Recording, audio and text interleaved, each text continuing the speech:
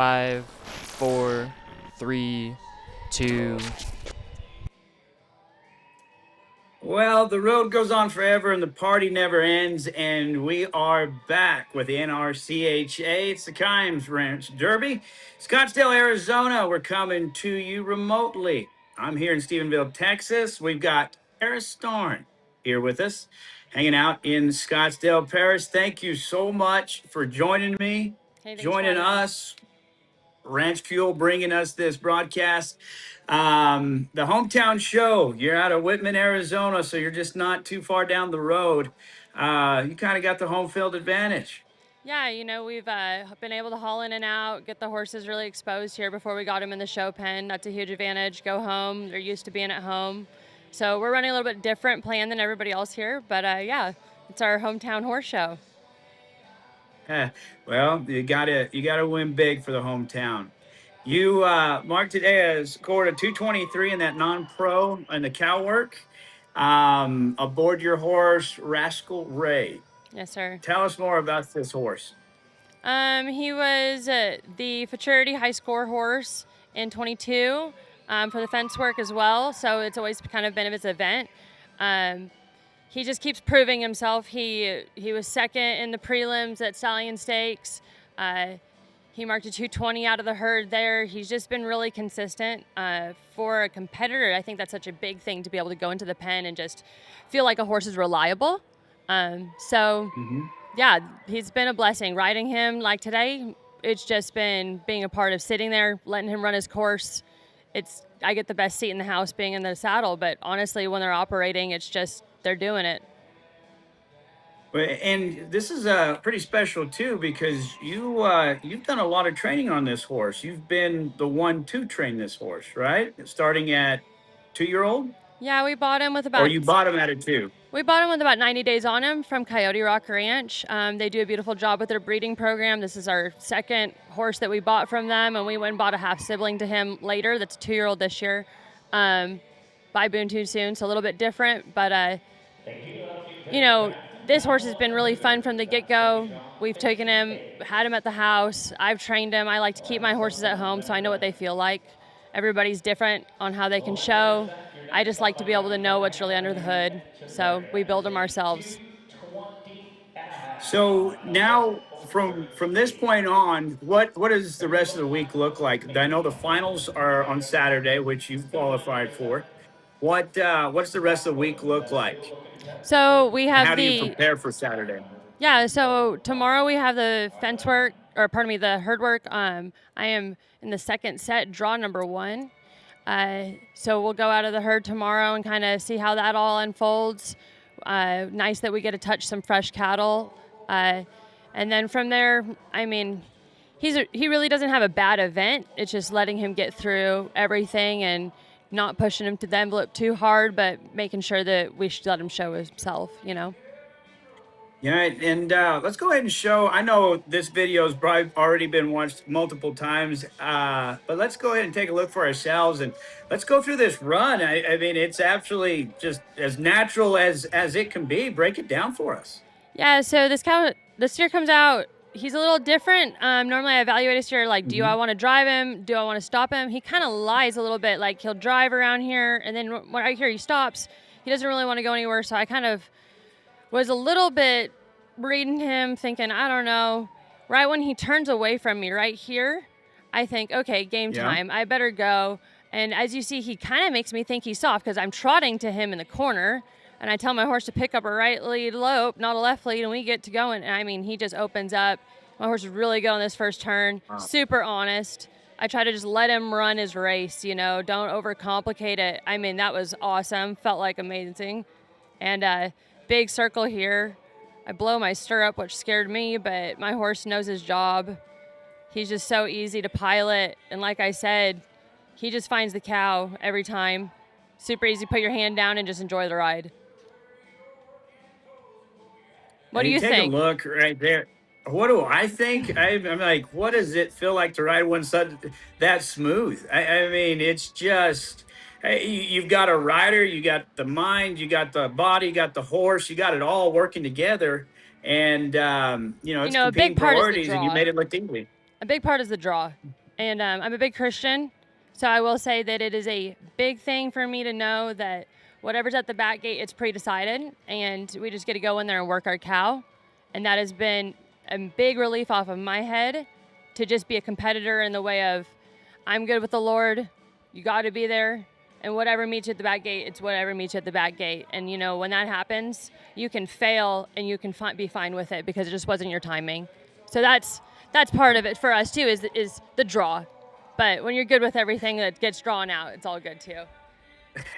Well, and that's a great perspective too. I mean, a win or loss doesn't define a person, right? No, It's sir.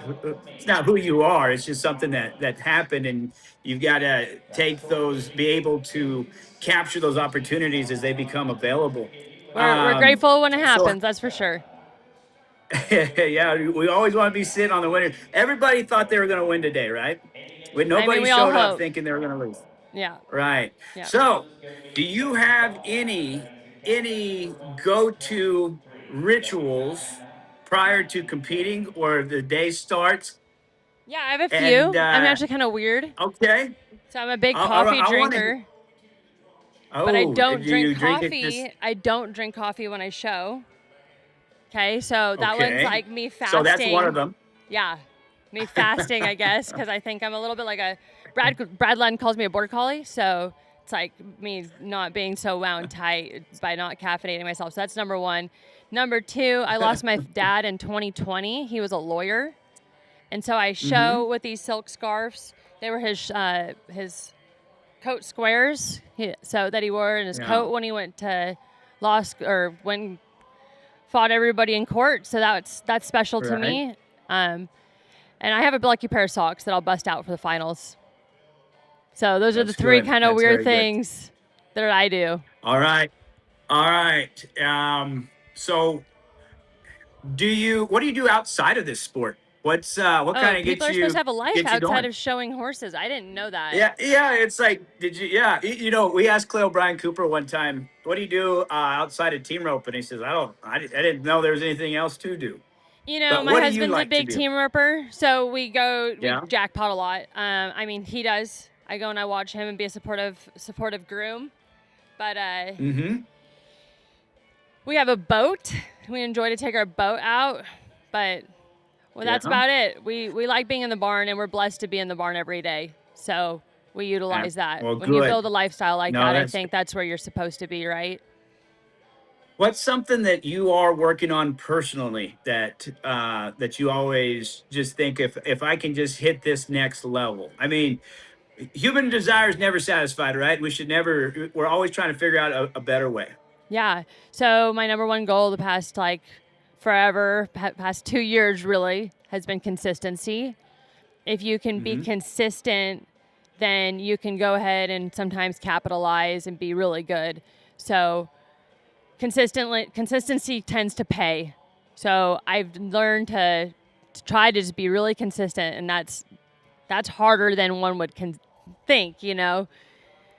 Well, do you, because, like there's so many different ways to do things. And, sometimes we're always looking for that next option or the next new thing when maybe the consistency was just being the same, but maybe cutting something else out, just being happy with what you have been blessed with. Yeah, 100%. Yeah. As a competitor, you want to just be able to go in there and do your job every time. And sometimes that always doesn't happen. But if you can try to just make it where it's repetition, that's really helpful. What would taking a lap around that arena, a victory lap, mean to you on Saturday? You know, I started. I'm an outcome of the high school rodeo. So I showed my first cow horse. I went down the fence for the first time ever, actually, at a high school rodeo, which is horrifying to think about. And I think that I moved here exactly 10 years ago. So from Honolulu, Hawaii. So we've come a far ways. I'm not the offspring of a rancher or a horse trainer or anything like that. So this has been really self-driven. I'm blessed to have a husband that supports me, in-laws that support me. I had a father who supported me. And to a girl, I think that means a lot, having a really big support system. especially when you're doing it alone, training your own horses. So it's good to have just that really good group of people to call, even if they're not horse people. Some of them are, some of them aren't. Right. But yeah, it's been a Yeah. long road. So it'd mean a lot to come this far, even just to be here and sitting here with you today. I mean, I was the girl that read the AQHA journal, and that was my source of knowledge for a really long time. So it can And happen to that's anybody. If you amazing. work at it, it doesn't matter who you are. You can be wherever you want to be.